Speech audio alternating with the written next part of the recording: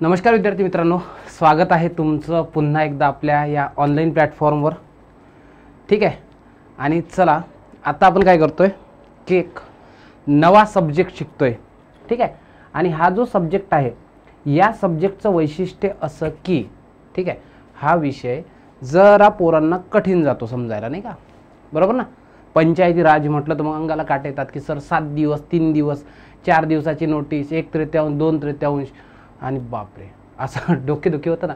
So त्यामुळे मुलांना असं वाटतं की हा फार अवघड असा विषय आहे आणि फार जो कठीण आहे असं तुम्हाला वाटतंय. तर त्या तुमच्या मिसकन्सेप्शन आहेत. तर तो तुमचा गोड गैरसमज आहे, स्वीट मिसकन्सेप्शन. तर तुमच्या ह्या ज्या मिसकन्सेप्शन आहेत त्या आता आपण दूर करणार आहे.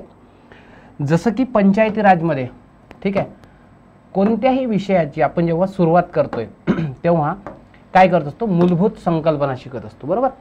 सो सर्वात पहिले आपण काय करणार आहे, या विषयाच्या संदर्भात मूलभूत संकल्पना शिकून घेऊ. आणि मूलभूत संकल्पना एकदा क्लिअर झाल्या की मग हा विषय तुमचा समजायला फार सोपा जाईल. ठीक आहे. चलो स्टार्ट करेंगे मूलभूत संकल्पना. ठीक आहे. या मूलभूत संकल्पनेमध्ये एकूण पंचायत राज व्यवस्था काय असते आणि ती एक्झाम ओरिएंटेड, असं नाही की आपण काहीही शिकतोय असं नाही. एक्झाम ओरिएंटेड सगळ्या गोष्टी आपण इथं शिकतोय. बघा आता लक्ष द्या, नेमकं पंचायती राज ही सिस्टम काय असते. तर सर्वात पहिला मी तुमचा एक गैरसमज दूर करतो, जो गैरसमज तुमच्या मनात नेहमी असतो. बऱ्याचदा आपण शब्द वापरतो, एक शब्द वापरतो पंचायती, आणि कधीही तुम्हाला पंचायती शब्द दिसला तर तुम्हाला काय वाटतंय आपण ग्रामपंचायतीविषयीच बोलतोय. आणि एक शब्द तुम्ही नेहमी वापरत असता ज्याला तुम्ही नगरपालिका म्हणता. काय म्हणता? नगरपालिका. आणि नगरपालिका शब्द वापरताना तुम्हाला असं वाटतं की आपण जे शहरात राहते तालुक्याच्या ठिकाणी त्याविषयीच बोलत आहे. तर चुकीचा मुद्दा आहे. पहिलं समजून घ्या की नेमकं पंचायती म्हणजे काय असते. तर पंचायती कशाला म्हणतात माहिती आहे का? ज्या ग्रामीण स्थानिक स्वराज्य संस्था असतात, ग्रामीण स्थानिक स्वराज्य संस्था म्हणजे काय? स्थानिक म्हणजे गावातील किंवा कोणत्याही स्थानावरील, स्वराज्य संस्था म्हणजे स्वतःकडे त्याचं शासन करणाऱ्या संस्था. तो ग्रामीण स्थानिक स्वराज्य संस्थांचा जो ग्रुप आहे त्याला पंचायती म्हणतात. आणि ज्या नागरी म्हणजे शहरी, नागरी स्थानिक स्वराज्य संस्था असतात, स्वराज्य संस्था, या संस्थांना काय म्हणतात? यांना म्हणतात नगरपालिका. आता यामध्ये मोठा फरक कोणता आहे हा सर्वात पहिले समजून घ्या. तर इथे तुम्हाला पंचायतीमध्ये काय काय दिसतंय. ठीक आहे, लक्षात घ्या. पंचायतीमध्ये तुम्हाला दिसतं एक जे गाव स्तरावर असते तिला ग्रामपंचायत म्हणतात. ग्रामपंचायत कुठं असतं? गाव स्तरावर. पुढे मी याच्याबद्दल डिटेलिंग करतोच. नंबर 2 तुम्हाला दिसतं जी तालुका पातळीवर, गट पातळीवर, तिला तुम्ही पंचायत समिती म्हणता, पंचायत समिती. आणि जी जिल्ह्यासाठी असते, ग्रामीण जिल्ह्यासाठी, तिला काय म्हणतात? तिला म्हणतात जिल्हा परिषद. लक्षात ठेवायचं, जिल्हा परिषद फक्त ग्रामीण जिल्ह्यासाठी असते, शहरीसाठी नाही. मुंबई शहर आणि मुंबई उपनगर याचे 100% नागरीकरण झालं आहे. हा काय नाही, तिथं जिल्हा परिषद नावाची कन्सेप्टच नाही. तिथं ग्रामपंचायतीच नाही तर पंचायत समिती नसतील, पंचायत समिती नाही तर जिल्हा परिषद नाही. येतंय का लक्षात? सो त्यामुळे या तिघांचाही जो ग्रुप असतो, ठीक आहे, ह्या ज्या 3 संस्था आहेत, कोणत्या? ह्या 3 संस्था. आणि या 3 संस्थांचा जो ग्रुप आहे या ग्रुपला तुम्ही पंचायती म्हणता. कळालं का? समजलं? मग पंचायत म्हणजे काय असतं? हा तिघांचा ग्रुप असतो. कोणाकोणाचा? ग्रामपंचायत, पंचायत समिती आणि जिल्हा परिषदचा. दुसरा महत्त्वाचा मुद्दा म्हणजे मग सर नगरपालिका म्हणजे काय? नगरपालिका म्हणजे नगरपंचायत. नगरपंचायत कुठे असेल हे पुढे शिकवतो मी तुम्हाला. आज फक्त बेसिक्स कव्हर करून घ्या, सर्वच्या सर्व. एकदा बेसिक्स कळाले की विषय एकदम सोपी समजतोय. नंबर 2 ते असतं नगर परिषदा. बघा, तुम्ही नगर परिषदाला नगरपालिका म्हणता. तुम्हाला काय वाटतंय? नगर परिषद म्हणजेच नगरपालिका नाही रे बाबा. नगरपालिका म्हणजे ह्या तिघांचाही ग्रुप, त्याला नगरपालिका म्हणतात. तिसरं असतं जिथं 3 लाखापेक्षा जास्त लोकसंख्या आहे तिथं असतं नगरपालिका, महानगरपालिका. आणि एक असतं ज्याला म्हणतात औद्योगिक नगरी प्राधिकरण. औद्योगिक नगरी प्राधिकरण. कळालं? आणि MIDC आहे, सेज आहे, असे पार्क असतात ना, जिथं MIDC सारखा एरिया आहे तिथं काय असते, तिथला कारभार कधीच हे नगरपंचायत, नगर परिषद, महानगरपालिका नाही बघत. कोण बघते? औद्योगिक नगरी प्राधिकरण. म्हणून लक्षात ठेवायचं की ह्या चौघांना आपण एकत्रितरित्या काय म्हणतो, तर त्याला म्हणतात नगरपालिका. म्हणून लक्षात ठेवा, नगरपालिका ही जी कन्सेप्ट आहे, ठीक आहे, नगरपालिका ही जी कन्सेप्ट आहे, तर नगरपालिका म्हणजे संस्था नसून हा ग्रुप आहे, आणि पंचायती ही संस्था नसून तर या सर्वांचा ग्रुप आहे. म्हणून शहरी स्थानिक स्वराज्य संस्थांना काय म्हणतात?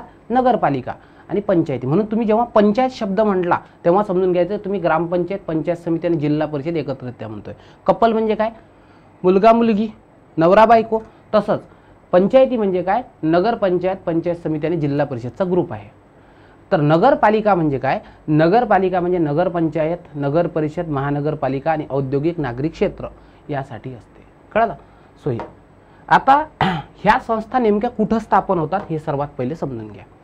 सर्वात पहिले आपण शिकतोय ज्याचं नाव आहे ग्रामीण स्थानिक स्वराज्य संस्था. लेक्चर लेंदी आहे पण थोडंसं इन्फॉर्मेटिव्ह लेक्चर आहे, व्यवस्थित समजून घ्या. फार छोटासा विषय आहे, एकदम सोपी आहे कव्हर करायला. जेवढं आपण शिकवतो त्याच्या बाहेरचा एकही प्रश्न येणार नाही. कळालं का तुम्हाला? एकही नाही येत.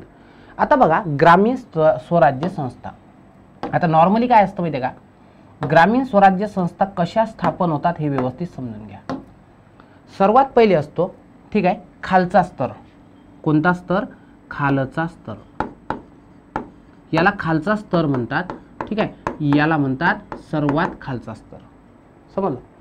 एक असतो ज्याला म्हणतात मधला स्तर. कोणता स्तर? मधला स्तर. आणि एक असतो ज्याला म्हणतात जिल्हा स्तर. एक असतो जिल्हा स्तर. पण जिल्हा कोणता माहिती आहे का? नागरी जिल्हा का? नाही, ग्रामीण जिल्हा. जिल्हा ग्रामीणच असला पाहिजे. आता एक लक्षात ठेवायचं, खालचा स्तर जो असतो, खालचा स्तर म्हणजे कनिष्ठ, हा मधला आणि हा जिल्हा स्तर. या जिल्हा स्तरावर जी संस्था स्थापन केली जाते, जिल्हा स्तरावर जी संस्था स्थापन केली जाते तिला जिल्हा परिषद म्हणतात. काय म्हणतात? जिल्हा परिषद. म्हणून लक्षात ठेवायचं, प्रत्येक ग्रामीण जिल्ह्यासाठी लक्षात घ्यायचं नेहमी, फक्त हा स्तर ग्रामीण जिल्ह्यासाठी असतो, शहरी नाही. म्हणून मुंबई शहर आणि मुंबई उपनगरमध्ये तुम्हाला काय दिसणार नाही माहिती आहे का?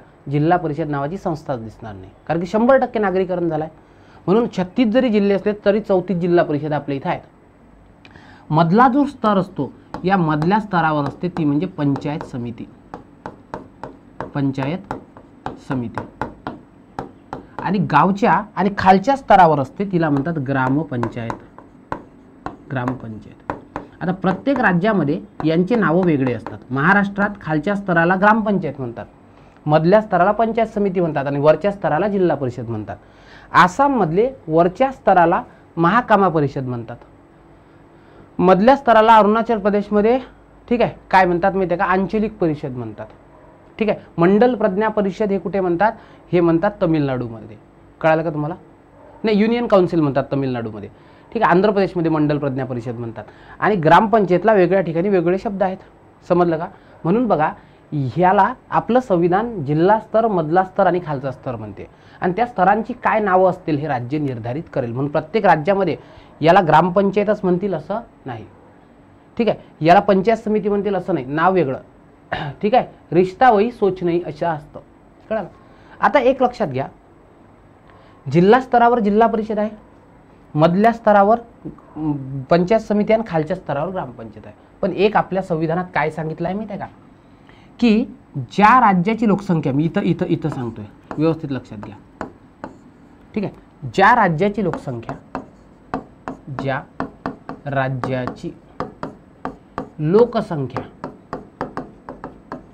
ही 20 लाखापेक्षा कमी असेल.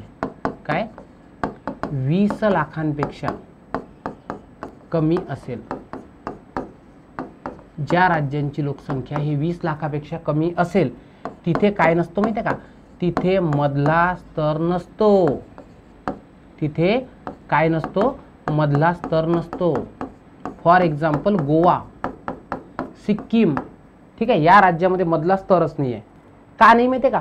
कारण की आपल्या संविधानात सरळ सांगितलंय की ज्या राज्याची लोकसंख्या 20 लाखापेक्षा कमी आहे ना, तिथं त्या मधल्या स्तराची त्याची काही आवश्यकता नाही आहे. कळालं? मग बघा, ग्रामपंचायत ही खालच्या स्तरावर, मधल्या स्तरावर पंचायत समिती आणि जिल्हा स्तरावर, ही एक उतरण आहे. ही काय आहे? ही एक उतरण आहे. म्हणून लक्षात ठेवायचं की ग्रामीण पंचायत राज ही तुम्हाला एक काय दिसते? नॉर्मली उतरण दिसते. ठीक आहे, हे अशा प्रकारची काय दिसते तुम्हाला? एक उतरंड दिसते. गेटिंग माय पॉईंट? कळालं? आणि या उतरंडीमध्ये तुम्हाला काय दिसतात? 3 स्तर दिसतात. बघा कोणकोणते 3 स्तर. नंबर 1 खालचा स्तर ग्रामपंचायत, मधला स्तर पंचायत समिती आणि वरचा स्तर तो म्हणजे काय? जिल्हा परिषद. बघा, हा झाला वरचा स्तर. इथे असते जिल्हा परिषद, जिल्हा परिषद. मधला स्तर इथे असते पंचायत समिती. पण कोणत्या राज्यामध्ये पंचायत समिती किंवा मधला स्तर नसतो? तर तो नसतो 20 लाखापेक्षा कमी लोकसंख्या असणारे. आणि एक असतो खालचा स्तर, तिथं असतं ग्रामपंचायत. आणि यालाच काय म्हणतात? यालाच म्हणतात त्रिस्तरीय पंचायत राज. काय शब्द वापरतात? याला म्हणतात त्रिस्तरीय पंचायत राज. त्रिस्तरीय का बरं? 3 स्तर आहे ना, त्रिस्तरीय पंचायत राज. मग सर हे जे तुम्ही संस्था सांगताय, ठीक आहे, तर ह्या संस्था नेमक्या होतात कुठे स्थापन? ह्याही गोष्टी आम्हाला समजून सांगा. तर बघा, लक्ष द्या. सर्वात पहिले काय असतं? ग्रामपंचायत 1 किंवा अधिक गावांसाठी असते. 1 किंवा अधिक गावांसाठी एक ग्रामपंचायत असते. एक ग्रामपंचायत. तर फॉर एक्झाम्पल तुम्हाला माहिती आहे, एका गावासाठी असेल तर त्याला ग्रामपंचायत म्हणतात, अधिक गावासाठी असेल तर गट ग्रामपंचायत म्हणतात. 5-6 गावं नाही आहेत का? 5-6 गावं एकत्र झाले की त्यांचा बनतो गट आणि गट ग्रामपंचायत. कळलं? मग ते ग्रामपंचायत असू शकते, गट ग्रामपंचायत असू शकते. कळलं? पंचायत समिती कशी असते माहिती आहे का? पंचायत समिती असते की 75 ते 175, 75 ते 175 ग्रामपंचायतीच्या गटासाठी. आलं का लक्षात? म्हणजे बघा, तुमचा तालुक्यावर नॉर्मली तालुक्यावर पंचायत समिती असते. समजा जुन्नर तालुक्यात आहात तर जुन्नर तालुक्यासाठी काय एक पंचायत समिती असाल. बरोबर? सो लक्षात घ्यायचं, मग ती पंचायत समितीमध्ये मिनिमम 75 ते मॅक्झिमम 175 गावं असतात. म्हणजे 75 ते 175, 75 ते 175 ग्रामपंचायतचा ग्रुप केला तालुक्यावर की त्याची पंचायत समिती होते. म्हणून एका पंचायत समितीमध्ये मिनिमम 75 ग्रामपंचायती असतात किंवा 175 ग्रामपंचायतीचा ग्रुप असतो. हे लक्षात असू द्या. ठीक आहे? आणि सर्वात महत्त्वाचं की पंचायत समिती ही गटावर असते, गटावर, तालुक्यावर नाही. बऱ्याचदा काय असते, एखाद्या तालुक्यामध्ये पंचायत समिती नसतेच. समजलं? तर तो 175 ते 75 ते 175 ग्रामपंचायत गटावर ग्रामपंचायत असते. म्हणून याला तालुका अधिकारी म्हणत नाहीत, गट विकास अधिकारी म्हणतात. कारण की तो गट आहे ना, 75 ते 175. महिलांचा बचत गट नसतो का, 10-12 स्त्रियांचा बचत गट, तसा 75 ते 175 ग्रामपंचायतचा गट आणि त्याच्यावर असते पंचायत समिती. आणि जिल्हा परिषद कुठं असते? तर जिल्हा परिषद असते प्रत्येक ग्रामीण जिल्ह्यासाठी. एका जिल्ह्यात एकच जिल्हा परिषद असते, प्रत्येक ग्रामीण जिल्ह्यासाठी. कळलं? समजलं?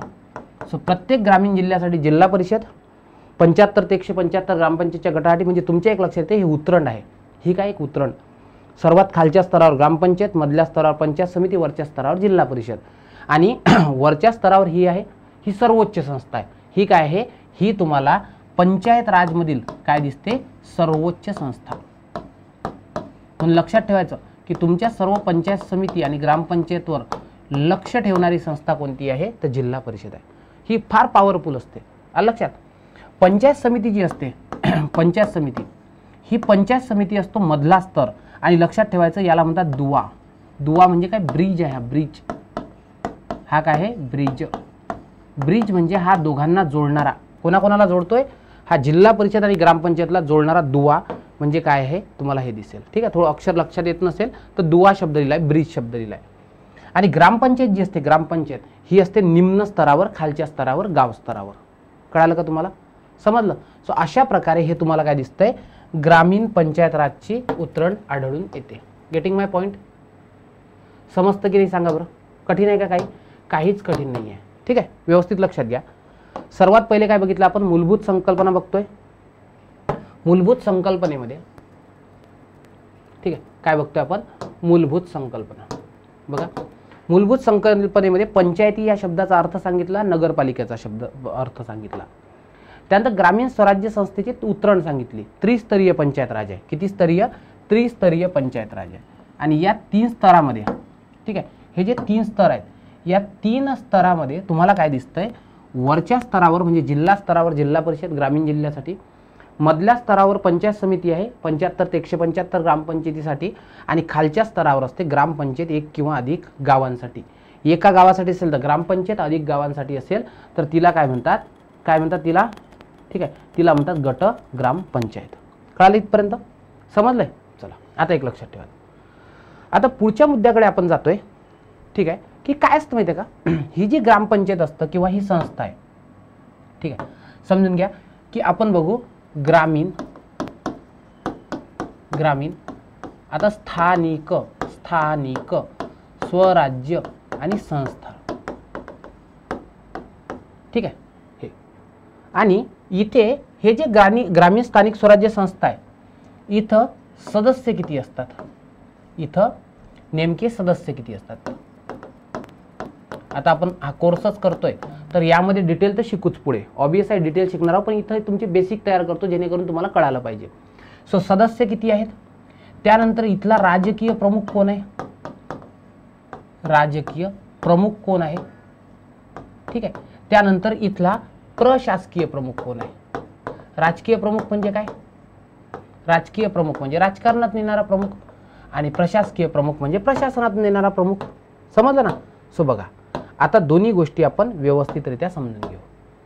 दोन्ही गोष्टी काय करू? व्यवस्थितरित्या समजून घेऊ.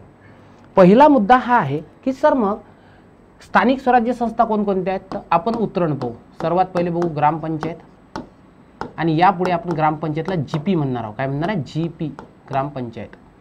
नंबर 2 पंचायत समिती, याला पीएस म्हणू.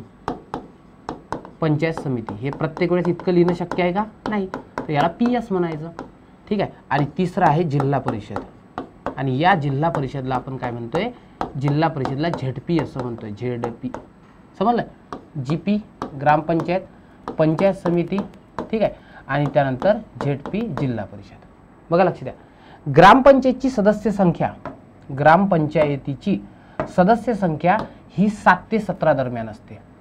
मिनिमम 7 असतात आणि मॅक्झिमम असतात 17. आणि एक लक्षात ठेवायचं, सरपंच जनतेतून असला तर +1, सरपंच जनतेतून असला तर 1 अधिक. म्हणजे आता माझं गाव आहे, समजा मी खेड्यातून येतोय, माझ्या गावात 7ची बॉडी आहे, तर माझ्या गावात कसं होतं? 7 लोकांच्या निवडणुका आता सदस्यांच्या, आणि एक सरपंच सगळं गाव निवडून देतो. म्हणजे 7 + 1 8 काय असतात? सदस्य असतात. कळालं? त्यानंतर पंचायत समितीमध्ये सांगितलं आहे की मिनिमम 4 सदस्य असतील. किती? मिनिमम 4. आणि मॅक्झिमम किती असेल हे सांगितलं नाही. 4 असतात. मिनिमम सांगितलं, मॅक्झिमम ते नंतर ठरेल तालुक्याच्या आकारानुसार. आणि जिल्हा परिषदमध्ये सांगितलंय 50 ते 75 असावे. पण आता एक लक्षात ठेवायचं, या सरकारनं 55 ते 85 प्रस्तावित केला आहे. किती? 55 ते 85 हे सध्याचा प्रस्ताविक आकडा आहे. सो अजून त्याचं इम्प्लिमेंटेशन व्हायचं आहे, पण 50 ते 75च तुम्ही सांगायचं. कळालं? असं. आता मला एक मुद्दा सांगा की तुमच्या गावात जर निवडणुका झाल्या, राजकारण म्हणजे निवडणुका, राजकारणामध्ये प्रमुख कोण बनतं? तुमच्या ग्रामपंचायतचा जो बनतो त्याला तुम्ही काय म्हणता? त्याला म्हणता सरपंच. आलं लक्षात? पंचायत समितीचा बनतो तो म्हणजे सभापती, पंचायत समितीचा सभापती, आणि जिल्हा परिषदचा असतो तो जिल्हा परिषदचा अध्यक्ष. म्हणून लक्षात ठेवायचं, राजकीय प्रमुख कोण म्हटलं तर राजकीय प्रमुख असतो तो म्हणजे ग्रामपंचायतचा सरपंच, पंचायत समितीचा सभापती आणि जिल्हा परिषदचा अध्यक्ष. तर प्रशासकीय प्रमुख कोण असतो? प्रशासकीय प्रमुख कोण असतो? तर बघा, ग्रामपंचायतचं प्रशासन करण्यासाठी एक अधिकारी असतो ज्याला ग्रामपंचायत अधिकारी म्हणतात. काय म्हणतात? ग्रामपंचायत अधिकारी. लक्षात ठेवायचं, हा विषय करंट अफेअर बेस आहे बाळांनो. सो त्यामुळे तुम्हाला करंट अफेअरचे शब्द वापरावे लागतात. आता ग्रामपंचायत अधिकारी नाव झालं, आधी त्याला काय म्हणायचे माहिती आहे का? ग्रामसेवक म्हणायचे. काय म्हणायचे? ग्रामसेवक. पण आता काय म्हणतात? ग्रामपंचायत अधिकारी असं ग्रामसेवकाचं नाव झालं. कळालं? नंबर 2, इथं जो असतो, इथं असतो BDO, त्याला तुम्ही गट विकास अधिकारी म्हणता. राज्यसेवेतलं पद आहे नाही, गट विकास अधिकारी. आणि यालाच इंग्लिशमध्ये block development officer, block development officer BDO असं म्हणतात. आणि त्यानंतर अध्यक्ष, ठीक आहे. इथं अध्यक्ष असतो आणि इथं प्रशासनातून प्रमुख कोण बनतो, त्याला म्हणतात मुख्य कार्यकारी अधिकारी, चीफ एक्झिक्युटिव्ह ऑफिसर, मुख्य कार्यकारी अधिकारी. झेडपीचा जो प्रमुख असतो त्याला काय म्हणतात, मुख्य कार्यकारी अधिकारी, आणि इंग्लिशमध्ये म्हणतात CEO, चीफ एक्झिक्युटिव्ह ऑफिसर. UPSCतून आलेला असतो, IAS दर्जाचा अधिकारी असतो, IAS अधिकारी असतो. कळलं. म्हणून लक्षात ठेवा की ह्या ज्या संस्था आहेत, या संस्थांविषयी जर अभ्यास करायचं झालं तर तुम्हाला काय सांगता येईल, ह्या संस्था कोणत्या, ठीक आहे, ज्या संस्था तुम्ही शिकताय या संस्थेमध्ये ग्रामपंचायत 7 ते 17ची बॉडी असते, मिनिमम 7 मॅक्झिमम 17. पंचायत समितीमध्ये मिनिमम 4 दिले आहे, मॅक्झिमम दिले नाही. जिल्हा परिषदमध्ये 50 ते 75 आहे, ठीक आहे. आणि आता प्रस्तावित आहे 55 ते 85. राजकारणात आलेला प्रमुख, ग्रामपंचायतचा सरपंच, इथं पंचायत समितीचा सभापती आणि जिल्हा परिषदचा अध्यक्ष. तर प्रशासकीय प्रमुख ग्रामपंचायतचा ग्रामपंचायत अधिकारी, ज्याला ग्रामसेवक म्हणायचे आधी, आता सरकार नाव बदललं, गट विकास अधिकारी BDO, आणि मुख्य कार्यकारी अधिकारी CEO, अशी ही काय आहे संस्था आहे. कळालंय. स्क्रीनशॉट करून घ्यायचे याचे किंवा लिहून घ्यायचं. बघा, करा स्क्रीनशॉट, याचा करा आणि याचा करा, ठीक आहे. समजलं का. आता जातोय आपण पुढील मुद्द्याकडे. पुढील मुद्दा व्यवस्थित समजून घ्या. पुढील मुद्दा आहे ज्याला म्हणतात काय, ओके, ज्याला काय म्हणतात, ज्याला म्हणतात नागरी, काय म्हणतात, नागरी स्थानिक स्वराज्य संस्था. नागरी स्थानिक स्वराज्य संस्था असं म्हणतात. आता एक लक्षात ठेवायचं, जसं तुम्ही तिथं उतरण बघितली ना बाळांनो, जशी तुम्ही तिथं उतरण बघितली ना, इथं उतरण नसते, लक्षात ठेवा. इथं जरा वेगळं असतं. असं नाही आहे की महानगरपालिका वरचा स्तर, नगर परिषद दुसरा स्तर, असं काहीच नाही आहे. हे काय सिस्टम आहे, भानगड आहे, समजून घ्या. बघा काय असतं नॉर्मली, मी तुम्हाला एक उदाहरण सांगतोय. उदाहरण, एक असं गाव असतं ज्याला काय म्हणतात, ज्याला म्हणतात संक्रमणशील क्षेत्र. संक्रमणशील क्षेत्र. संक्रमणशील क्षेत्र काय असतं समजून घ्या. बघा, फॉर एक्झाम्पल तुमचं गाव आहे, पुण्याच्या आजूबाजूचे शेजारचे गावं सांगतोय. पुण्याच्या शेजारी काही गावं आहेत, ठीक आहे, तळेगाव वगैरे असे गाव आहेत ना. सो हे जे गाव होते तर हे गावं पहिले खेडेच होते, पण ते पुण्याच्या सानिध्यात आले. मग त्यामुळे त्या गावात काय झालं माहिती आहे का, हळूहळू बदल व्हायला लागले. जे लोक शेती करायचे तिथल्या जमिनीला भाव आलं, लोक MIDC मध्ये काम करायला सुरुवात केली, लोकांनी पुण्यामध्ये येऊन काम करायला सुरुवात केली. हळूहळू ते गाव हे शहरामध्ये ट्रान्सफॉर्म होऊन राहिलं. पण गावातले गुण आहेतच. तुम्ही जर मेन रोडनं गेले, हायवेनं गेले, तिथून मेन एक एंट्रन्सनं, तर तुम्हाला हे शहर दिसेल. पण आतमध्ये गावात जर एंटर झाले तर तुम्हाला काय दिसेल माहिती आहे का, ते अजूनही ग्रामीण दिसेल. बरेचसे लोक शेती करताना दिसतात, ठीक आहे. मग असं क्षेत्राला संक्रमणशील क्षेत्र म्हणतात. मग संक्रमणशील क्षेत्र म्हणजे काय, जे हळूहळू आता ग्रामीणमधून, बघा संक्रमणशील क्षेत्र म्हणजे काय, जे आता ग्रामीणमधून कशात रूपांतर होतंय, शहरात रूपांतर. आणि एक लक्षात ठेवायचं, ज्या गावाचं ग्रामीणमधून शहरामध्ये रूपांतर होतं, ठीक आहे, रूपांतर होतं, त्या क्षेत्राला कोणतं क्षेत्र म्हणतात, संक्रमणशील क्षेत्र. कळालं. आणि एक लक्षात ठेवायचं, हे जे संक्रमणशील क्षेत्र असतं, या संक्रमणशील क्षेत्रासाठी जी संस्था स्थापन होते तिला म्हणतात नगर पंचायत. म्हणजे बघा, नगराचे गुण येऊन राहिले पण अजूनही ग्रामपंचायत सारखंच आहे, सो त्याला म्हणतात नगर पंचायत. कळालं. समजलं पहिला मुद्दा, नगर पंचायत. कळालं का, ठीक आहे. दुसरं, हां दुसरा मुद्दा आहे, दुसरं असतं छोटे नागरिक क्षेत्र. छोटे नागरिक क्षेत्र. बघा बाळांनो, छोटे नागरिक क्षेत्र म्हणजे काय, की संविधानात असे शब्द वापरले आहेत, हे नावं नसतात दिले, हे प्रत्येक ठिकाणी वेगळे नावं आहेत. मी तुम्हाला आधी सांगतोय, कोणत्या राज्यात त्याला नगर पंचायतच म्हणतात असं नाही, कुठं नगर निगम म्हणतात. समजलं ना. आता छोट्या नागरिक क्षेत्रासाठी जी संस्था स्थापन होते तिला काय म्हणतात, तिला म्हणतात नगर परिषद. नगर परिषद. म्हणून तुम्ही बघा, तालुक्याच्या ठिकाणावर जी असते मोस्टली छोट्या शहरांमध्ये तिथं नगर परिषद असते. आणि ही जी नगर परिषद असते ना, या नगर परिषदांचे 3 प्रकार असतात. बघा लक्ष द्या, नगर परिषदांचे 3 प्रकार आहेत. कोणकोणते 3 प्रकार आहे बघा. एक असते की ज्याला म्हणतात वर्ग अ, ठीक आहे, अ दर्जाची नगर परिषद असते. वर्ग ब म्हणजे ब दर्जाची नगर परिषद असते. आणि वर्ग क ही काय असते, ही दर्जाची असते. 3 दर्जा असतो. आता बघा, वर्धासारखं शहर आहे, भंडारासारखे शहर आहे, इथं महानगरपालिका नाही, पण इथं अ दर्जाच्या नगर परिषद आहेत. समजलं का? हे का ठरतं हे पुढे बघू ना. आता तुम्ही बेसिक तर समजून घ्या. तर अ वर्ग नगर परिषद बघा, ज्याची लोकसंख्या ही काय असते माहिती आहे का, ही असते नॉर्मली, ठीक आहे, नॉर्मली 25,000 ते 40,000. बघा, ज्या शहराची लोकसंख्या हे 25 ते 40,000 दरम्यान असते. लक्षात ठेवायचं, ज्या शहराची लोकसंख्या हे 25 ते 40,000 दरम्यान असते तिथं क दर्जाची नगर परिषद असते. झालंय. ज्या ठिकाणची लोकसंख्या हे 40,000 ते 1,00,000 दरम्यान असते. बघा काय सांगतोय, ज्याची लोकसंख्या हे 40,000 ते 1,00,000 दरम्यान असते तिथं ब दर्जाची नगर पंचायत असते. आणि ज्याची लोकसंख्या हे 1,00,000 ते 3,00,000पर्यंत असते. किती? 1,00,000 ते 3,00,000पर्यंत. तिथं काय असते माहिती आहे का, तिथं असते अवर्ग नगर परिषद. मग सर हे नगर पंचायत कुठं स्थापन होते, तर बघा, नगर पंचायत तिथं स्थापन होत असते ज्याची लोकसंख्या 10,000 ते 25,000 दरम्यान असते. म्हणून समजून घ्या, तुमच्या शहराची लोकसंख्या जर 10,000 ते 25,000 असेल तर तुमच्या इथं नगर पंचायत असेल. जर तुमच्या इथे लोकसंख्या जर 25,000 ते 40,000 असेल तर क दर्जाची नगर परिषद. तुमच्या इथे जर 40,000 ते 1,00,000 असेल तर तिथं असतं ब दर्जाची नगर परिषद. आणि जिथं 1,00,000 ते 3,00,000 आहे तिथं असतं अ दर्जाची.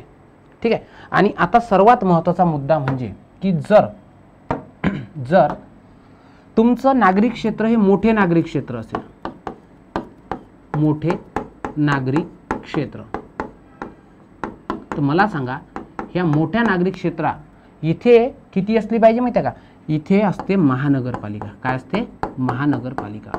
म्हणून लक्षात ठेवायचं, पिंपरी चिंचवड मोठे नागरिक क्षेत्र आहे, पुणे मोठे नागरिक क्षेत्र आहे, नवी मुंबई मोठे नागरिक क्षेत्र आहे, अमरावती अकोला मोठे नागरिक क्षेत्र आहे, अलीकडे स्थापन झालेली महानगरपालिका जालना मोठं नागरिक क्षेत्र आहे. आणि याच्यासाठी याची लोकसंख्या किती असते माहिती आहे का, नेहमी लोकसंख्या किती असते बाळांनो, लोकसंख्या असते ती म्हणजे 3,00,000पेक्षा जास्त.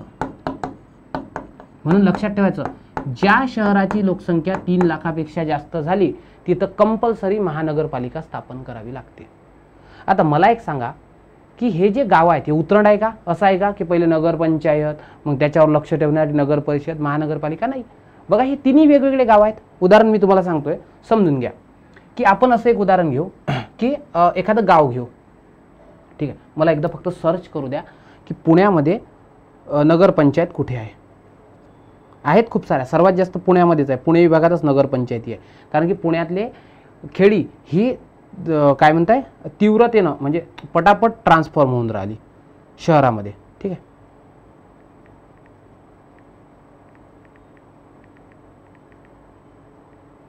पुण्यामध्ये नगरपंचायत बघू द्या कुठं आहे.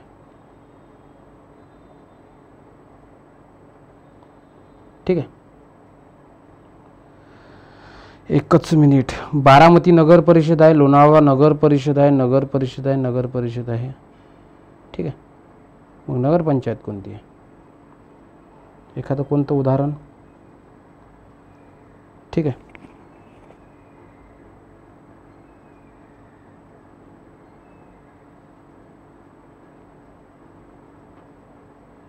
नाही का बाबा.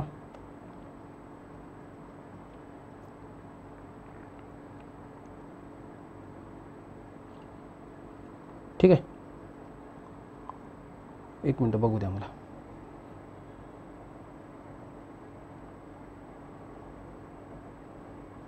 परत जाऊ द्या, एखादं गाव घेऊ आपण, समजा जुन्नर घेऊ. जुन्नर. ठीक आहे, जुन्नरमध्ये काय आहे मला माहिती नाही, पण असं समजून घ्या की जुन्नर जे आहे, जुन्नर ह्या जुन्नरमध्ये काय आहे, नगर पंचायत आहे. का? कारण की जुन्नर काय आहे, किंवा असं एक उदाहरण घेऊ, तळेगाव घेऊ आपण. ठीक आहे, तळेगाव. ठीक आहे, तळेगाव घेऊ. हे तळेगाव खेडं होतं आणि हळूहळू आता शहराकडे जातंय. सो तिथं काय झालं, संक्रमणशील क्षेत्रासाठी नगरपंचायत. मग ही जी नगरपंचायत असेल हे तळेगावचं स्वशासन बघेल. त्यानंतर एक घेऊ दौंड. ठीक आहे, दौंडला किंवा बारामती घेऊ साहेबांचं. सो बारामतीला काय असेल, बारामती हे वेगळं गाव आहे आणि इथं तुम्हाला काय दिसतं, इथं दिसतं नगर परिषद. ठीक आहे, आणि पुणे हे पुणे शहर, बरं पुणे जिल्हा नाही, पुणे शहर. आणि या पुणे शहरासाठी काय आहे ते म्हणजे मोठे नागरिक क्षेत्र. म्हणजे एक लक्षात ठेवा, ही उतरण नाही आहे, हे वेगवेगळे गाव आहेत. प्रत्येक गावानुसार लोकसंख्येनुसार ठरतं. जर लोकसंख्या 10 ते 25,000 असेल तर तिथं नगरपंचायत असेल. 10,000च्या खाली असली तर ऑब्वियस आहे ग्रामपंचायत असेल. जर एखाद्या गावाची लोकसंख्या ही शहराची 25 ते 40,000 असेल तिथं क वर्ग असेल, 40 ते 1 लाख असेल तिथं ब वर्ग असेल, आणि 1 लाख ते 3 लाख असेल तिथं अ वर्गाची असेल. कळालं का, समजलं. आणि 3 लाखापेक्षा गेले तर महानगरपालिका. म्हणजे ही काय उतरण नाही. कळालं का, ही उतरण नसते. आता सर्वात महत्त्वाचा मुद्दा हा आहे की सर मग ह्या ज्या संस्था असतात, ठीक आहे, ह्या ज्या संस्था आहेत जसं की तुम्ही बघितलंय काय, ज्याला आपण काय म्हणतो नागरी स्थानिक स्वराज्य, नागरी स्थानिक स्वराज्य संस्था. ह्या ज्या संस्था बघताय इथं मी तुम्हाला सदस्य संख्या सध्या सांगत नाही. ठीक आहे, कळालं. दुसरा महत्त्वाचा मुद्दा म्हणजे इथे असणारा कोण, राजकीय प्रमुख, राजकीय प्रमुख. आणि इथं असणारा तो म्हणजे काय, प्रशासनातून येणारा प्रमुख, प्रशासकीय प्रमुख. कळालंय. चला बघा आता एक एक संस्था घेऊ आपण. ठीक आहे, संस्था घेऊ. सर्वात पहिले नंबर 1 पहिली संस्था असतं नगरपंचायत. काय आहे, नगरपंचायत. दुसरी संस्था जिला म्हणतात नगर परिषद. हे लिहायचं बरं माझ्या सोबत सॉरी हां. आणि तिसरी म्हणजे महानगरपालिका, मनपा. आणि एक तर सर तुम्ही सोडलीच, एक सुटली ना, कोणती माहिती आहे का, जिथं काय असतं, जिथं असतं औद्योगिक शहर. औद्योगिक शहर म्हणजे काय बेटा, जिथं लोक राहत नाहीत ते नॉर्मली इंडस्ट्रियल सिटीज असतात औद्योगिक शहर. आणि औद्योगिक शहर म्हणजे महाराष्ट्रासाठी MIDC. काय MIDC, तुम्ही बघा MIDC एक शहरच असतं, पण तिथं ना, तिथं रस्ते तयार करावे लागतात, तिथं पाण्याची व्यवस्था करावी लागते, तिथं वीज पुरवठा करावा लागतं. ठीक आहे, तिथं सगळं करावं लागतं. ठीक आहे.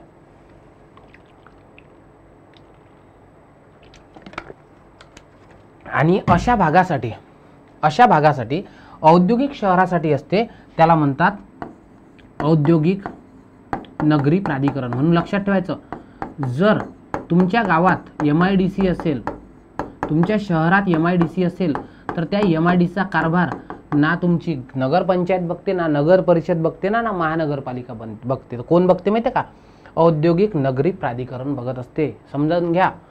कळालंय का. सो अशा प्रकारची ही रचना तुम्हाला दिसते. म्हणजेच मला तुम्हाला एक समजून घ्यायचं आहे, हे व्यवस्थित लिहून घ्या. मला तुम्हाला असं सांगायचं आहे की आपण एक उदाहरण घेऊ. समजा हे शहर आहे एक. ठीक आहे, हे शहर आहे.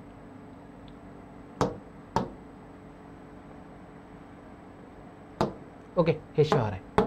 आता या शहराबद्दल मी तुम्हाला सांगतोय. असं समजून घ्या की हे काय आहे, हे आहे पुणे शहर. हे काय आहे, हे आहे पुणे शहर. शहर म्हणतोय, जिल्हा म्हटलं का मी, नाही, पुणे शहर, पुणे सिटी. ओके, लक्षात ठेवायचं. आता बघा तुम्ही पुणे सिटीमध्ये मी तुम्हाला 2-3 एरिया सांगतो. बघा पुणे सिटीमध्ये ना सर्वात पहिले तुम्हाला काय दिसतं, एक एरिया दिसतो. ठीक आहे, ज्याला म्हणतात देहू कॅन्ट. आहे ना, देहूचा कॅन्टोन्मेंट बोर्ड आहे ना, सो देहू कॅन्ट आहे. त्याच्यानंतर तुम्हाला आणखी एक एरिया दिसतो ज्याला काय म्हणतात, ज्याला म्हणतात खडकी. आहे ना, खडकी पण कॅन्टचा एरिया आहे. खडकी पण काय आहे, कॅन्टचा एरिया तुम्हाला दिसतोय. त्याच्यानंतर पुढे तुम्हाला आणखी एक दिसतंय. ठीक आहे, ते म्हणजे काय, पुणे कॅम्प. आणखी एक काय दिसतोय, ते दिसतोय तुम्हाला पुणे कॅम्प. आलं लक्षात. मग बघा याला नावं देऊ, याला नावं देऊ. व्यवस्थित समजून घ्या. मी तुम्हाला सांगतो एकही मार्क जाऊ देत नाही तुमचा या विषयाचा, एकही नाही. तुम्ही आजपर्यंत हा विषय असा शिकलाच नसाल. तुम्ही अशा प्रकारे शिकाल की तुम्ही लोकांना शिकवू शकाल, कारण की ह्या तुमच्या जीवनातल्या बाबी आहेत दररोजच्या, सरपंच वगैरे. सो आपण एक्झाम्पलद्वारे शिकून घेऊ. तर बघा हे पुणे शहर आहे. पुणे शहरामध्ये काही आर्मीचा एरिया आहे. जसं काय आहे, एक आहे पुणे कॅम्प, ज्याला कॅम्प एरिया म्हणतात. आणि पुणे कॅम्प हा कॅन्टॉनमेंट असतो, याला कॅन्ट म्हणतात. कॅन्ट म्हणजे काय? Cantonment board. एक आहे खडकी कॅन्ट आहे ना, खडकी हा कॅन्ट एरिया, कॅन्टॉनमेंट एरिया, ठीक आहे. आणि एक आहे Dehu road, Dehu road can't. आता एक लक्षात ठेवायचं, हे 3 एरिया तुम्हाला वाटते का याचं प्रशासन हे करत असेल? याचं प्रशासन ही तुमची महानगरपालिका करत असेल असं वाटते का पुण्याची? नाही बेटा, याला म्हणतात महाराष्ट्रातील भारत. याला काय म्हणतात? महाराष्ट्रातील भारत. लक्षात ठेवायचं, कधीही ज्या छावणी असतात, सैनिकांच्या छावणी आहेत ना, छावणी म्हणजे काय? Cantonment, cantonment. लक्षात ठेवायचं, हे संरक्षण मंत्रालय, कोणाचं? संरक्षण हा विभाग राज्याचा असतो का? नाही. संरक्षण मंत्रालय भारत सरकारचा भाग असतो. लक्षात ठेवायचा. कोण करतं माहिती आहे का? हे संरक्षण मंत्रालय भारत सरकारचा भाग असतो. आणि सर्वात महत्त्वाचा, या ठिकाणचं कुठलं? या ठिकाणचं प्रशासन. लक्षात ठेवायचं, या ठिकाणी रस्ते बांधणे, इथे पूल उभारणे, इथं वीज पुरवठा करणे, या ठिकाणचं सगळं प्रशासन किंवा इथल्या ठिकाणचं काय म्हणतो आपण? स्वशासन. हे कोण करते माहिती आहे का? हे महानगरपालिकांनी करत. हे कोण करते? Cantonment board, cantonment board. आणि लक्षात ठेवायचं, या कॅन्टॉनमेंट बोर्डचा जो अध्यक्ष असतो हा त्या आर्मीचा चीफ असतो. आर्मीचा चीफ म्हणजे तिथला CO. कळलं का? पण बघा, पुणे कॅन्टचा जो एरिया आहे हा महानगरपालिकेच्या अंतर्गत नाही. मग इथं रस्त्यावर दिवे लावणे, इथले रस्ते बांधणे, इथल्या नाल्या मोऱ्या स्वच्छ करणे, इथला वीज पुरवठा करणे, इथला पाणी पुरवठा करणे, कोणतीच गोष्ट पुणे महानगरपालिका करत नाही. तर त्यासाठी छावणी मंडळं असतात, कॅन्टॉनमेंट बोर्ड असतात. कळालं का? समजलंय? म्हणून हा एक महत्त्वाचा मुद्दा आहे. आता आपण एक काय समजू, एक एरिया घेऊ, ठीक आहे, की समजा ओके, हां, हा एरिया घेतोय आपण. क्लिअर? हा एरिया. आणि हे समजून घेऊ की एखादी MIDC, ठीक आहे, एखादा MIDC एरिया घेऊ. आता पुण्यामध्ये MIDC बघू द्या मला कोणती आहे. सांगा बरं, पुण्यामध्ये एखादी कोणती MIDC आहे? ठीक आहे, सांगा बरं.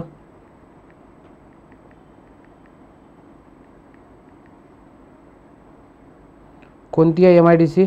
हडपसरची, निगडीची, निगडी किंवा हडपसरची. तर बघा, मग ही आहे काय? हडपसर. एक मिनिट, पेनचा कलर चेंज करू द्या. हां, हडपसर MIDC. लक्षात ठेवायचं, हडपसर MIDCचा जो काय असतो, हडपसरची जी MIDC आहे, या MIDCचा कारभार ही महानगरपालिका बघत नाही. हे कोण बनते माहिती? हे कोण बघते माहिती आहे का? इथं असतं औद्योगिक नगरी प्राधिकरण. काय असतं? औद्योगिक नगरी प्राधिकरण. आणि याचा अध्यक्ष कोण असतो माहिती आहे का? MIDCचा अध्यक्ष किंवा MIDCने नियुक्त केलेला अध्यक्ष. आणि उरलेला जो पुणे आहे, आता हा पुण्याचा जो उर्वरित भाग आहे, मी काय सांगतोय, हा पुण्याचा जो हे वगळता हा जो उर्वरित भाग आहे, म्हणजे हे कॅन्ट एरिया सोडले, MIDCचा एरिया सोडला, हे भाग जर वगळता मग बाकी सगळ्या ठिकाणचं प्रशासन हे कोण करतं माहिती आहे का? हे करतंय, कोण करत असेल? ऑब्वियस, ती करते पुण्याची मनपा. कोण करते? या ठिकाणचं सगळं प्रशासन ही करते पुण्याची मनपा, महानगरपालिका. आले लक्षात? समजलं? म्हणून ना सर्वात महत्त्वाचा मुद्दा आहे. म्हणून बघा, कोणता MIDC एरिया असला त्याच ठिकाणी तिथलं प्रशासन करण्यासाठी तिथली नगर परिषद काय असते? औद्योगिक नगरी प्राधिकरण. आणि कोणताही सेंट्रलचा एरिया असला, हा महाराष्ट्र सरकारचा एरियाच नसतो. कोणताही कॅन्टचा एरिया हा महाराष्ट्र सरकारचा एरिया नसतो, तर हा संरक्षण मंत्रालयाचा एरिया असतो. कळालं? समजलं का? स्थानिक स्वराज्य संस्था समजल्या कशा वर्क करतात, ठीक आहे. त्यानंतर कशा प्रकारे वर्क करतात हेही सांगितलं. चालेल, आता बघू या संस्थेच्या संदर्भात. बघा, नंबर 1 सर्वात पहिला मुद्दा, संक्रमणशील क्षेत्रासाठी काय असते? काय असते? नगरपंचायत.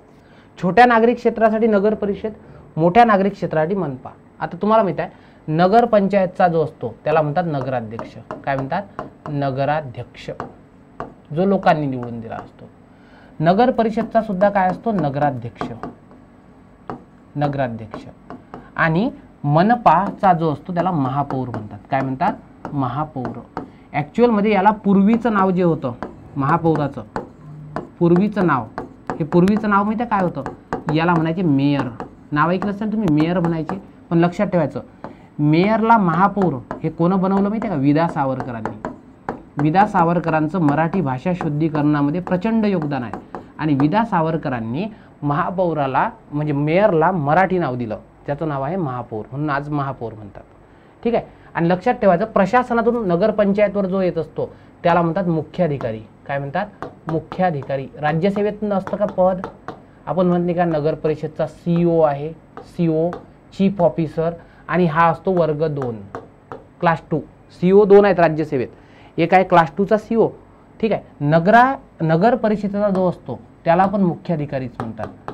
आणि हा मुख्याधिकारी मोस्टली हा काय असतो, वर्ग 1 असतो, हा पण COच असतो, क्लास 1. म्हणून बघा, तुम्ही जर राज्यसेवेतून क्लास 1 CO झाला तर तुम्हाला इथं पाठवतील, नाही तर मग इथं. कळालं. आणि महानगरपालिकाचा जो असतो त्याला कमिशनर किंवा आयुक्त म्हणतात, मनपा आयुक्त. नाव ऐकलं असेल ना तुम्ही. ठीक आहे. मनपा आयुक्त याला कमिशनर म्हणतात. काय म्हणतात, कमिशनर. ओके. आणि हा UPSC मधून आलेला अधिकारी असतोय. कळालं का, समजलं. सो अशा प्रकारे हे काय होते, अशा प्रकारे ह्या संस्था स्थापन होत असतात. कळतं एक एक मुद्दा. चला समजून घ्या एक एक मुद्दा. नंबर 1, सुरुवातीपासून आपण मूलभूत संकल्पना शिकतोय. ठीक आहे.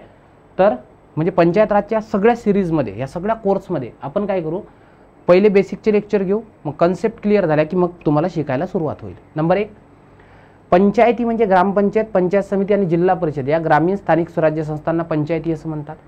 नगरपंचायत, नगर परिषद, महानगरपालिका, औद्योगिक नगरी प्राधिकरण हे शहरी स्थानिक स्वराज्य संस्थांना नगरपालिका म्हणतात.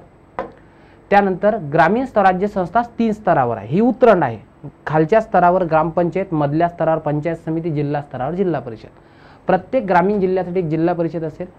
मधल्या स्तराच्यासाठी म्हणजे 75 ते 175 ग्रामपंचायतच्या गटासाठी एक पंचायत समिती असते आणि 1 किंवा अधिक गावांसाठी ग्रामपंचायत किंवा गट ग्रामपंचायत असते. पण ज्या राज्याची लोकसंख्या 20 लाखापेक्षा कमी आहे त्या राज्यामध्ये मधला स्तर पंचायत समिती नसतो, तर डायरेक्ट ग्रामपंचायत आणि जिल्हा परिषद. ठीक आहे. ही दुवा आहे दोघांना जोडणारा. जिल्हा परिषद, पंचायत समिती, जिल्हा परिषद आणि ग्रामपंचायतला पंचायत समिती जोडते. त्रिस्तरीय पंचायत राज. त्यानंतर इथं सांगितले सरपंच राजकीय प्रमुख, ग्रामपंचायत अधिकारी प्रशासकीय, इथं सभापती, इथं BDO, इथं अध्यक्ष, इथं CEO. त्यानंतर सांगितलं संक्रमणशील क्षेत्र म्हणजे जे खेड्यातून शहरामध्ये रूपांतर होऊन राहिलं त्यासाठी नगरपंचायत, छोट्या नागरिक क्षेत्रासाठी नगर परिषद. ठीक आहे. वर्ग क, वर्ग ब, वर्ग अ. ठीक आहे. त्यानंतर मोठ्या नागरिक क्षेत्रासाठी महानगरपालिका 3 लाखापेक्षा जास्त आणि औद्योगिक शहरांसाठी औद्योगिक नगरी प्राधिकरण कशा प्रकारे वर्क करते हे सांगितलं. त्यानंतर नगरपंचायतच्या संदर्भात पण सांगितलं. बघा ह्या ज्या नोट्स आहेत आपल्या, मी ह्या नोट्स तर तुम्हाला देणारच आहे. आणि ह्या ज्या नोट्स आहेत ना, ठीक आहे, ह्या म्हणजे तुमचं लेक्चर असेल ना, त्या लेक्चरलाच तिथं लिंक असतील, या नोट्सच वाचायच्या. मी तुम्हाला सांगतो, प्रॉमिस करतोय, हा विषय तुमचा इतका सोपी, इतका आवडता विषय होईल की त्यानंतर तुम्हाला गरजच पडणार नाही.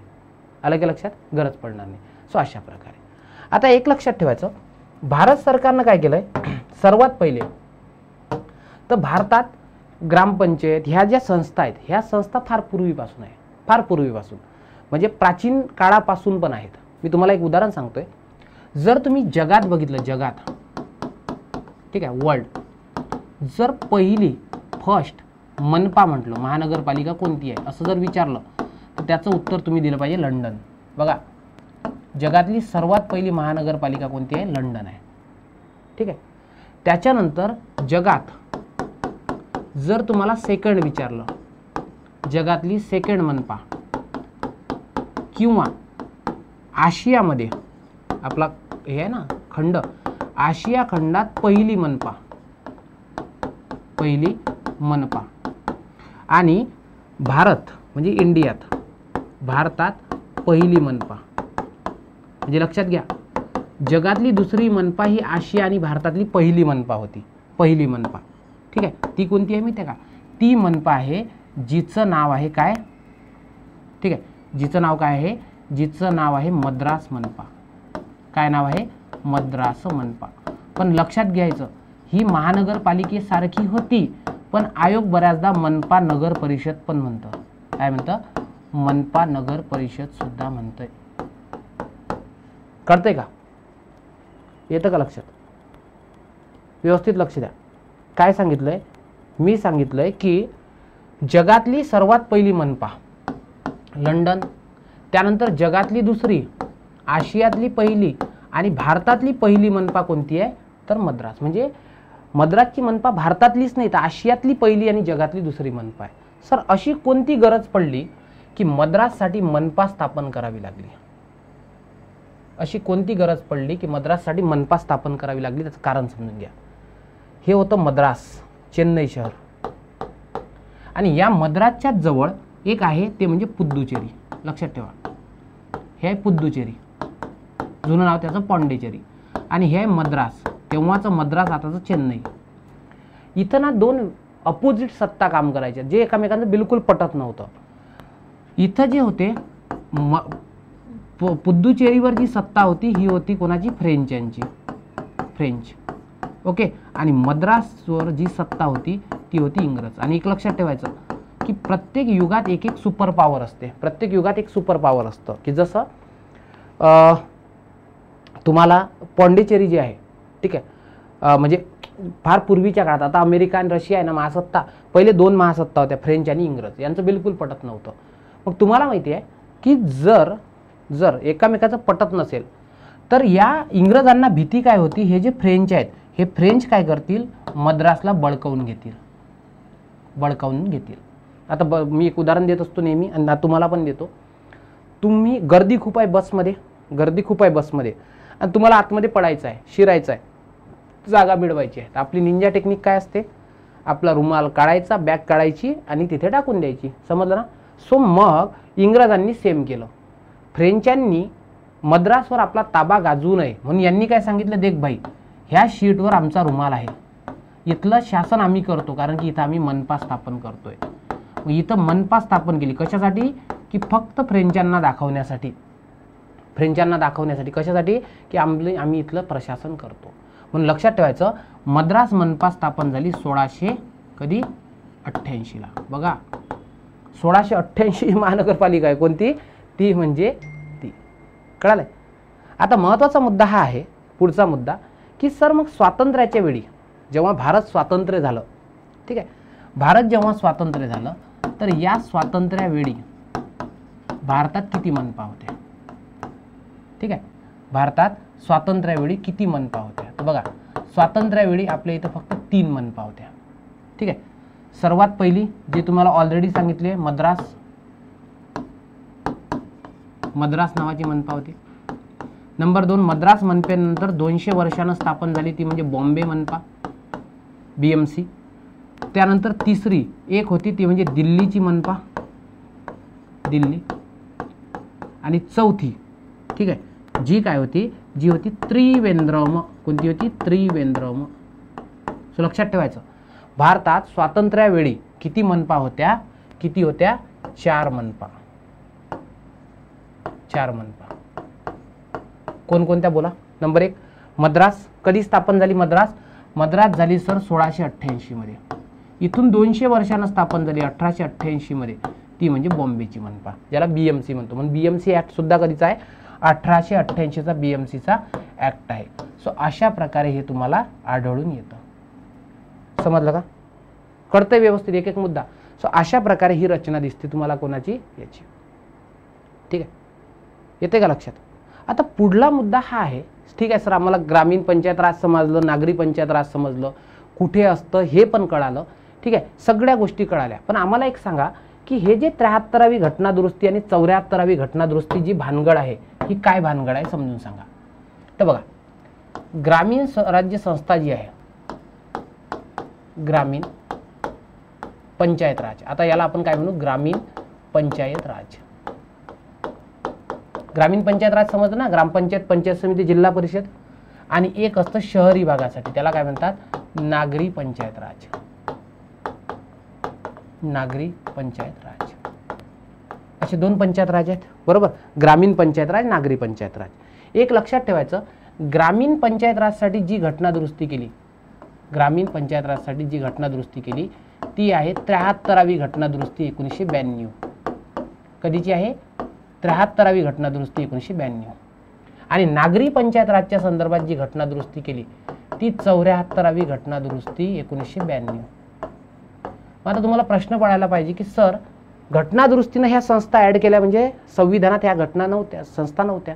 आणि मी तुम्हाला काय सांगितलं, संविधान 50 मध्ये लागू झालं, पण भारतात ग्रामपंचायत, पंचायत समिती, जिल्हा परिषद, नगर परिषद, महानगरपालिका ह्या ग्रामीण स्वराज्य संस्था ह्या तर ऋग्वेदिक काळापासून आहेत, हजारो वर्षापासून. आणि महानगरपालिकेसारख्या संस्था 1600 पासून आहेत. मग सर याचं कोण करायचं? संविधानात तर नव्हतं, तर राज्य सरकारचे कायदे होते आणि राज्य सरकार काय करायचं? प्रशासन. जसं मी तुम्हाला उदाहरण सांगतोय, महाराष्ट्रात सर्वप्रथम 1920ला 1919च्या कायद्यानंतर सर्वप्रथम ग्रामपंचायत कायदा केला होता, बॉम्बे पंचायत कायदा. म्हणजे 20 पासूनच आपल्या इथं ग्रामपंचायत सारख्या संस्था दिसतात.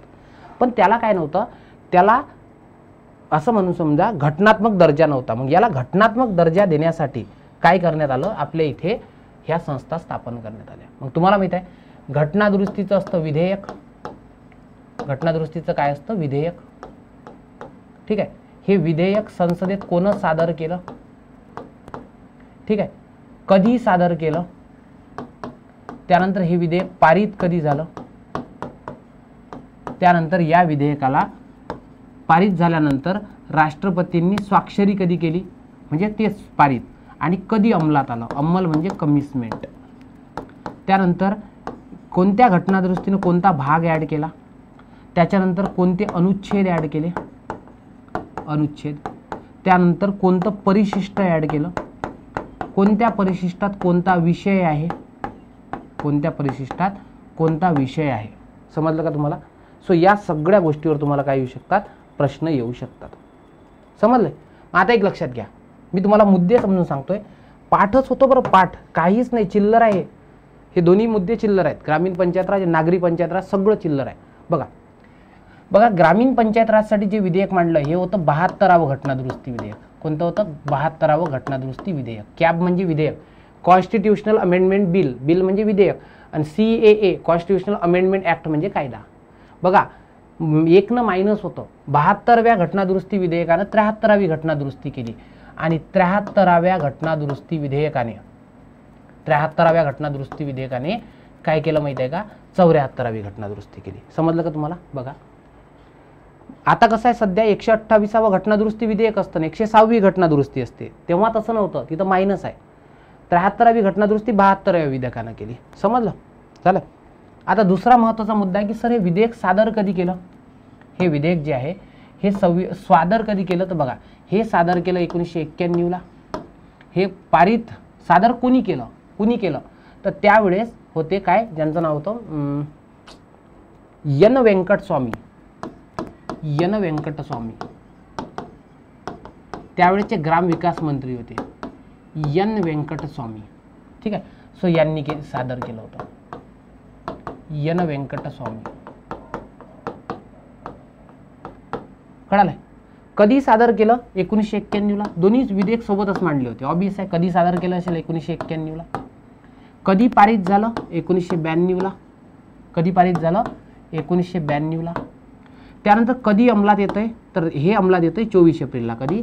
24 एप्रिल. म्हणून लक्षात ठेवायचं 24 एप्रिल 1993ला 73वी घटना दुरुस्ती लागू झाल्याने 24 एप्रिल हा कोणता दिन असतो? पंचायत राज दिन. कोणता दिन असतो? पंचायत राज दिन. ठीक आहे. आणि 74वी घटना दुरुस्ती लागू झाली 1 जूनला. 1 जून 1993ला. समजलं? 91ला विधेयक मांडलं. ठीक आहे. 92ला काय झालं? पारित झालं. 93ला लागू झालं. संपला. 91 92. कोणता भाग जोडला? यानं भाग 9वा जोडला, याने भाग 9A जोडला. 9A जोडला. कधी? घटना दुरुस्तीनं अल्फाबेटिकल लागत असतं.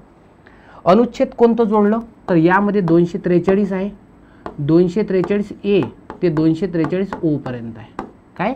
243 प्लेन कलम 243A ते O पर्यंत. आणि इथं किती आहे? इथं आहे 243P. ओच्या पुढे Pच असेल ना. P ते ZG. P ते ZG पर्यंत. समजलं? त्यानंतर परिशिष्ट कोणतं जोडलं? अनुसूची 11वी अनुसूची जोडली. कितवी? 11वी. ठीक आहे. आणि यानं कोणतं जोडलं? यानं 12वे परिशिष्ट जोडलं. ठीक आहे. परिशिष्टालाच अनुसूची म्हणतात. यानं 11वं परिशिष्ट जोडलं आणि याने 12वं परिशिष्ट जोडलं. कळलं? नंतरचा मुद्दा म्हणजे इथे किती विषय आहेत? इथं आहेत 29 विषय. बघा लक्ष द्या, 29 विषय आहेत की ज्याच्यावर ग्रामपंचायत, पंचायत समिती, जिल्हा परिषद काम करते. कामांची यादी असते, 29 कामं दिली आहेत. तर यांच्याकडे कामं जरा कमी आहेत. यांच्याकडे 18 विषय दिले. का बरं 18 विषय दिले? कारण की यांचे मोस्टली विषय हे ग्रामीण जे म्हणजे ग्रामविकास मंत्रालय असतं ना ते हाताळतंय. आणि जर तुम्हाला प्रश्न विचारला की कोणत्या संस्था निर्माण केल्या, कुणी कोणत्या संस्था निर्माण केल्या, तर काय सांगा सर, या घटना दुरुस्तीने जे संस्था निर्माण केल्या ही आहे ग्रामीण पंचायत राज. हे काय आहे? ग्रामीण पंचायत राज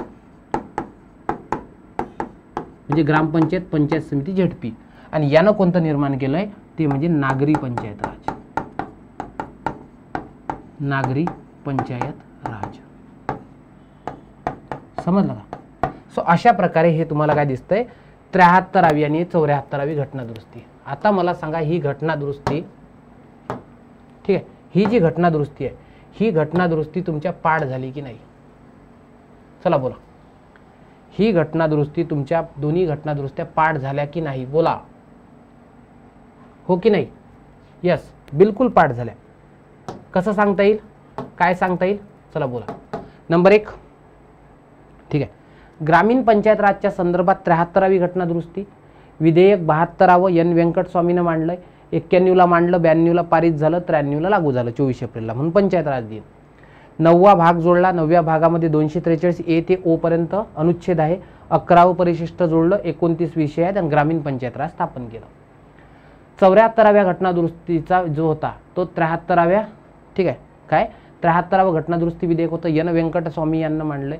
91ला मांडलं, 92ला पारित झालं, 1 जून 93ला लागू झालं. भाग 9A जोडला. त्याच्यानंतर 243 पी ते झेडजी जोडलं. 12वं परिशिष्ट आहे, 18 विषय आहेत आणि नागरी पंचायत राज ह्या काय झाल्या, ह्या संस्था या ठिकाणी जोडण्यात आल्या. कळालं का तुम्हाला? समजलं का? सो हे जे आहे व्यवस्थित लक्ष द्या. हे जे आहे तर इथं तुम्हाला असं दिसेल की, ठीक आहे, ही झाली 73वी आणि 74वी घटना दुरुस्ती. हे पुढे डिटेलमध्ये शिकवतोच, कोणत्या कलमामध्ये काय आहे काय नाही, एकदम पाठच होऊन जाईल तुमच्या. फक्त एक लक्षात घ्या की हे एक बेसिक आहे, तुमचं बेसिक आहे. आणि जे बेसिक तुम्हाला काय करतं, तुमच्या कुठं बूस्ट करतं, तुम्हाला डायरेक्ट पूर्णच्या पूर्ण मार्क्स मिळवून देतं. सॉरी, ठीक आहे, हे पूर्णच्या पूर्ण तुम्हाला मार्क्स मिळवून देतं. आलं का लक्षात? सो अशा प्रकारे हे झालं ग्रामीण पंचायत राज आणि नागरी पंचायत राज. क्लिअर? आणि एक तुम्हाला आता सांगायचं झालं, ठीक आहे, व्यवस्थित लिहून घ्यायचं बरं आहे, ठीक आहे. टेलिग्राम चॅनलला पण हे आपण देऊ, ठीक आहे, नोट्स, आणि तुमच्या ग्रुपला पण असतील, म्हणजे तुमच्या कोर्समध्ये पण असतील. तर एक लक्षात घ्यायचं, आपला जो सिलेबस आहे, सिलेबस एक आहे कंबाईन प्री,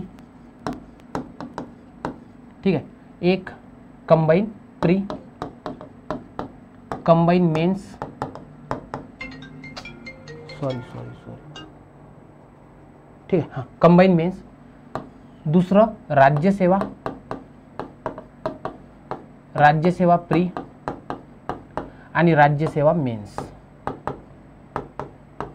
ओके, मेन्स.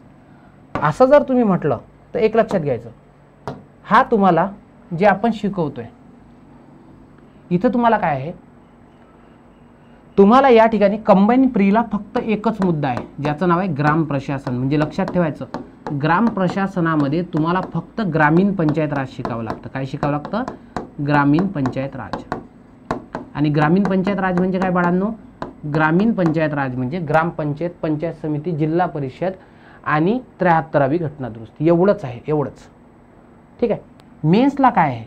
मेन्सला तुम्हाला ग्राम प्रशासन आहे, ग्राम प्रशासन आणि नागरी प्रशासन सुद्धा आहे.